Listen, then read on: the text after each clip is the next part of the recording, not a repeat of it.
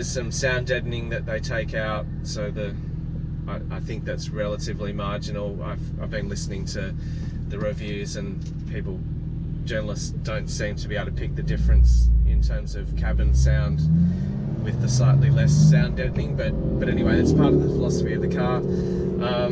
There's a slightly lower suspension setup than standard. There's 20-inch wheels. There's a limited slip differential, and I've probably forgotten a couple of things, but there are lightweight glass and a couple of other things. So as a package, it's more or less the same as what I have specified, with sort of the stripped down nature of a basic Carrera, but with a few additional options that aren't normally available to a base Carrera, like the limited slip differential. And the lowered suspension, they're probably the two key things that aren't normally available to a Carrera. So they're more or less the only differences, the key differences with the T versus what I have specified. So I think I've come pretty close to that. And if I was buying a car right now in this, at this particular time, I would be considering the Carrera T really strongly. It wasn't available when I bought this car, and but I'm happy with this nonetheless. So I wouldn't change it. But my thinking would be a bit different now if I was buying the car. The T as a package sort of represents reasonable value for money when you think about the options that they've collected together and packaged up. It's a bit, aside from the fact there's some things you couldn't specify together anyway ordinarily off the configurator. If you could, all of those elements put together are a bit cheaper as a package as compared to individually specifying the items and paying the individual retail price for each component. So that's sort of an attractive proposition with that car, let alone the concept itself and the things that they put together. People say the same thing about the GTS, just in terms of value for money, that if you in a way that car is a collection of certain options that you can pick. If you can specify a Carrera S, put a power pack on it, and then pick a variety of options that then make it a GTS. It isn't quite that simple, but a little bit like my commentary for the Carrera GT before.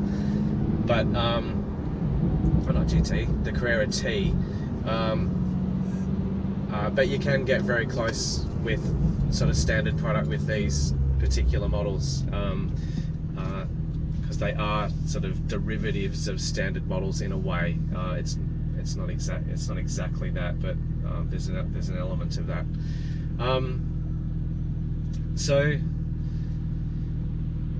So yeah, I just thought I would share that sort of little bit of history over the last few years about the GT cars, manual transmissions becoming, less available in a way. Technology is sort of taking us in a certain direction at the moment, which is probably, well, not probably, definitely removing the driver more and more from the process. And in lots of ways, I think for just commuting and getting to work and doing different things, the idea of a car driving itself is quite attractive to free up your time to do other things. But when you're wanting to buy a car to drive, that's obviously not what new technology is offering. So as time goes on, the driver is becoming more and more redundant, and that sort of joy of driving is disappearing, and I think that's where some of the market is, the speculative market is going through the roof with classic cars, and Porsches in particular, 911s in particular, are, you know, have risen in value. Older 911s have risen in value incredibly over the last few years, and it's, to my mind, it's a reaction to what the changing landscape in the whole automotive industry and the technological shift that we're going through. And I just think there's a recognition in the market that cars of 20 years ago, 10 years ago,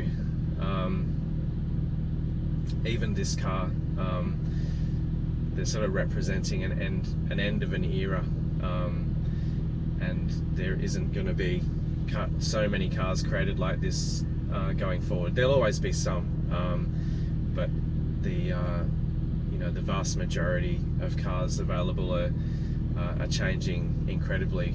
Electrification's one big element. The Tesla effect, essentially, and all the manufacturers are following suit and creating their electric products now. Theres a lot of commentary about all of that. I'll save that up for another video.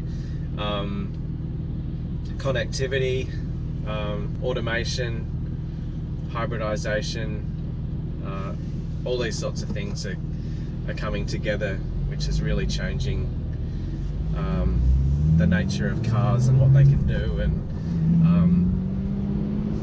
so that's where this sort of driver focus commentary is really coming to the fore at the moment, because it's at odds with where the technology is taking us. But yeah, interesting times in general. So you know, I'm sure there's going to be some really great things come out of all the new technology that we're not really aware of, and enthusiasts might be lamenting and being sentimental about the way cars were, and that in the future they're not going to be quite as good. I'd like to be a bit more optimistic than that, and think you know, this new technology is going to take us to different places, and there'll be aspects of driving enjoyment that technology provides that we're not even really aware of yet. So it'll be cool to just see what happens. The future's always exciting. So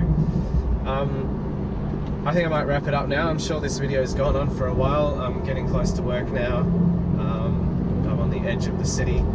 So yeah, I'll wrap this up. Thanks for listening. As I said at the start, this is my third video. I'm getting a little bit better with the technology. I think getting a little bit more confident with my presentation style.